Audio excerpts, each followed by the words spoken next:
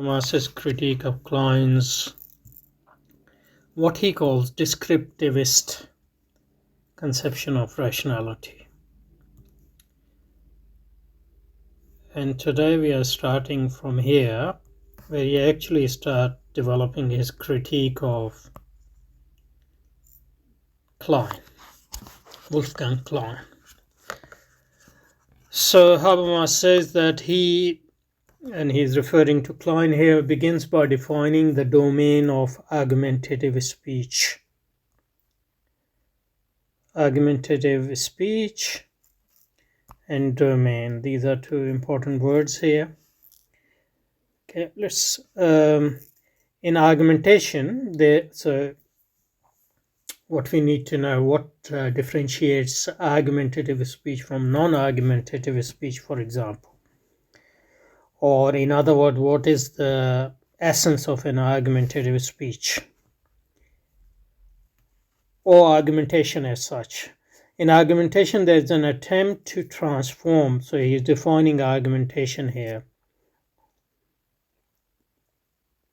In argumentation, there's an attempt to transform something collectively problematic, okay, that's one, into something collectively valid, that's two, by drawing upon what is already collectively valid, that's three.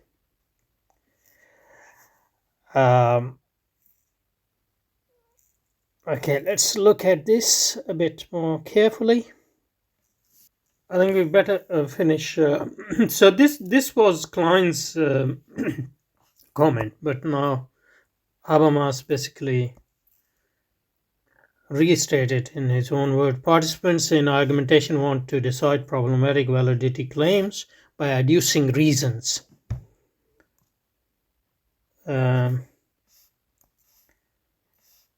And in the final analysis, these reasons, he's talking about these reasons. So these reasons are talking about those reasons which have been given, draw their convincing power, the power to convince, from a collectively shared, unproblematic knowledge. So that's what 3 is. Okay.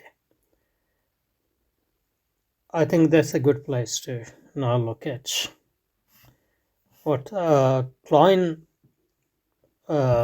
thinks argumentation is, and Habermas has just restated it. I think he will go on to criticize part of it anyway. Okay, so let's start with, first we have domain.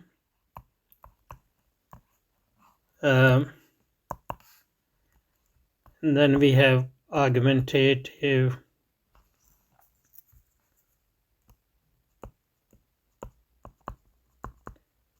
speech.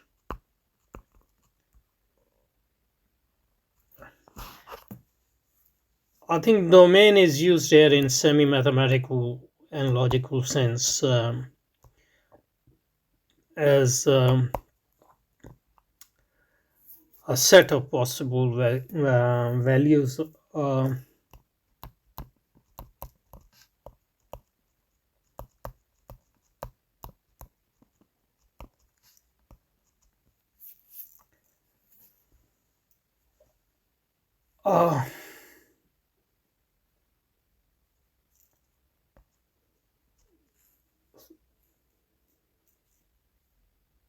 A set of possible values of the independent variable.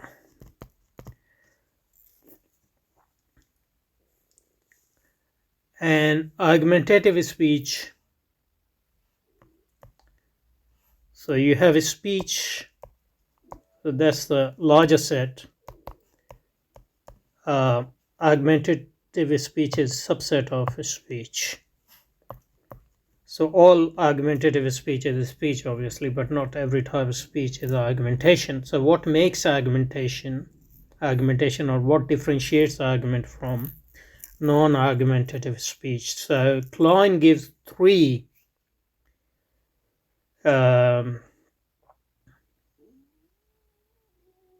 criteria.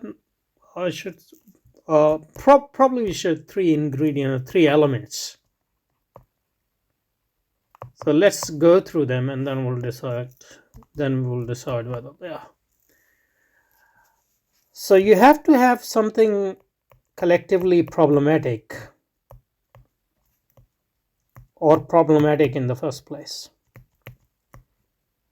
We are talking about collectively because unless you are talking about internal dialogues, you need at least one person other than yourself. So that's what we mean collectivity here. Problematics, and that has to be problematic, like there must be disagreement of a specific sort,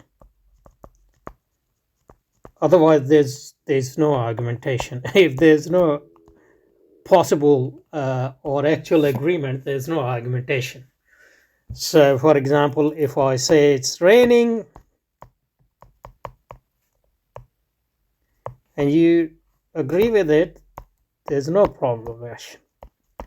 This claim is not problematic. It's accepted by both of us, so there's no argument. But if I say there is a God who made this universe, then this is a claim. It's problematic because probably you don't agree with it. So that's what we mean by problematic claims. So there are claims, and obviously it's relative. One set of claims which might be problematic among us might not be problematic among other people, or subset of the same people, for example. So that was the first element. So what's the second element? Into something collectively valid. So what is collectively valid?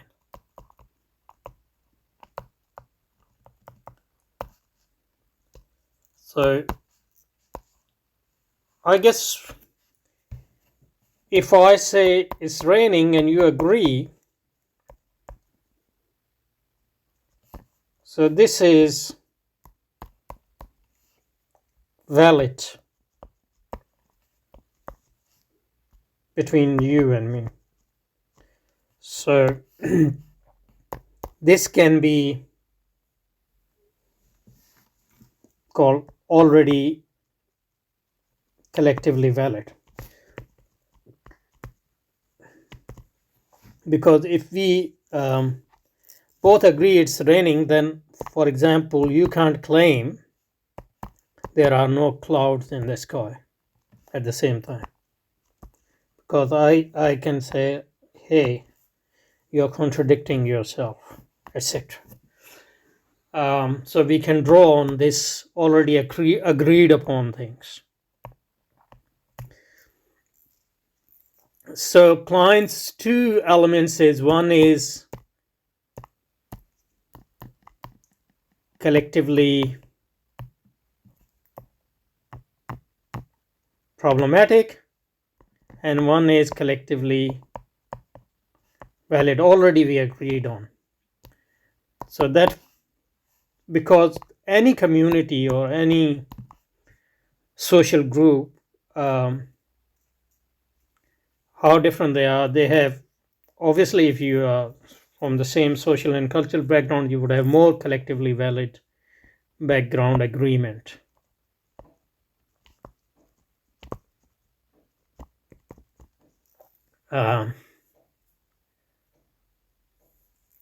So those background agreements provide the reservoir of reasons by tapping which we can resolve our collectively problematic claims. And even if I give totally new reason which wasn't in background, that new reason has to make sense according to or in the context of that background.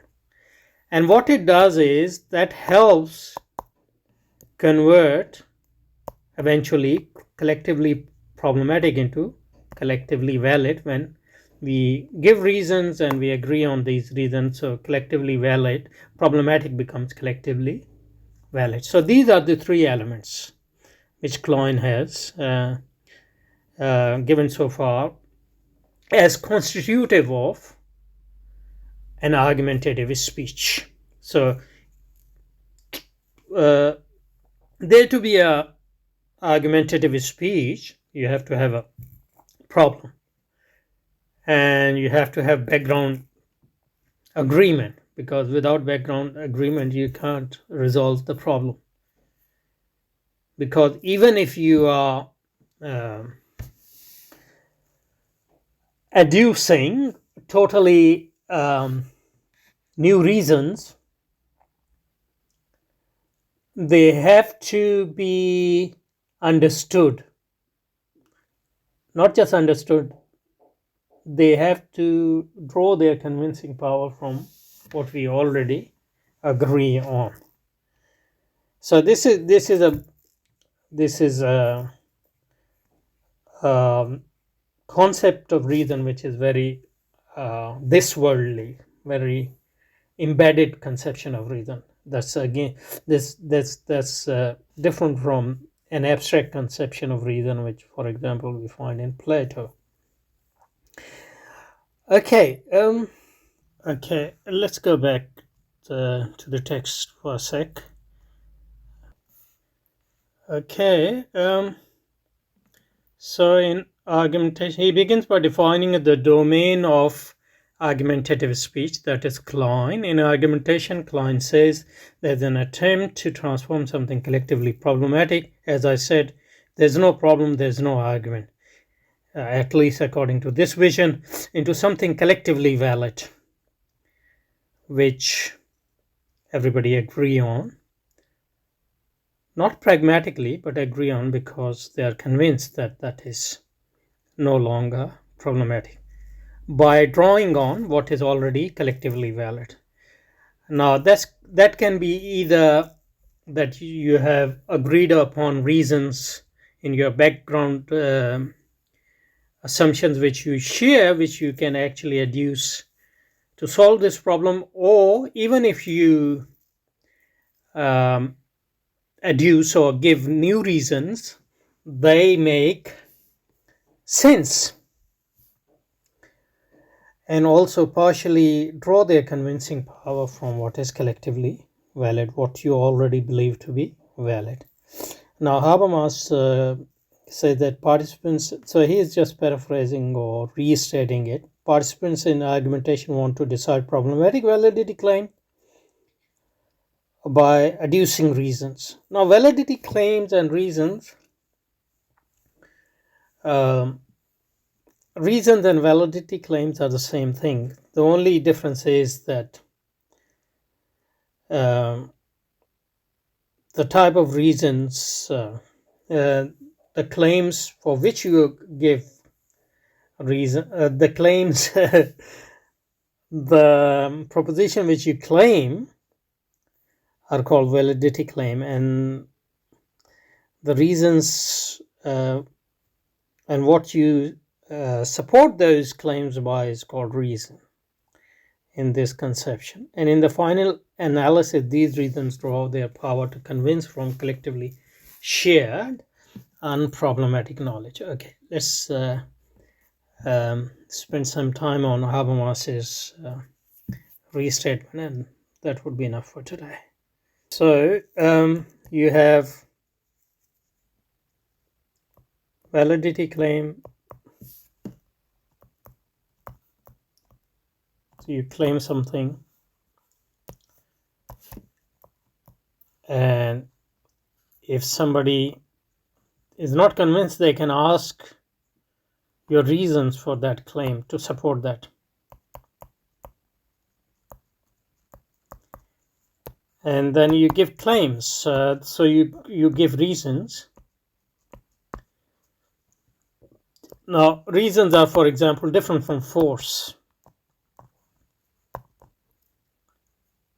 or even actual agreement for some practical or pragmatic reasons. Reasons are different because they have convincing power. You are convinced by them. That's why you accept them, not because of force or not because of some contingent practical needs. Okay, so I give you give reasons, and then I can either be convinced by those reasons or I can give counter reasons, and finally we can arrive at hopefully some reason which convince me. But if we can't, then we would have to postpone it for another day.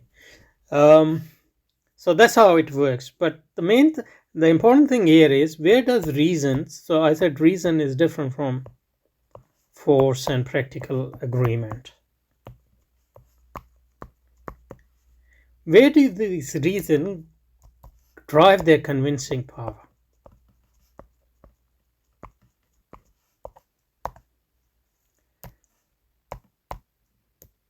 And what Habermas is attributing to Klein here is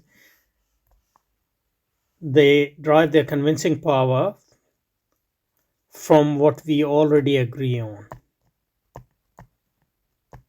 That is, on our shared convictions.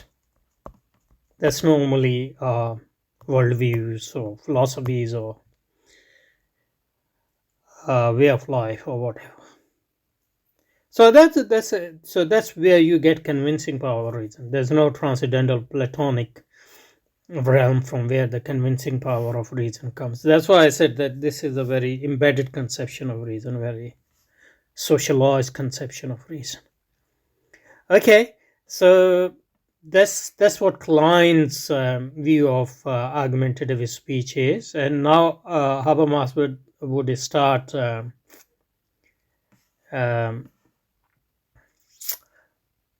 developing his objection against at least part of this definition or conception of argumentative speech. So that we will look at next time. Okay.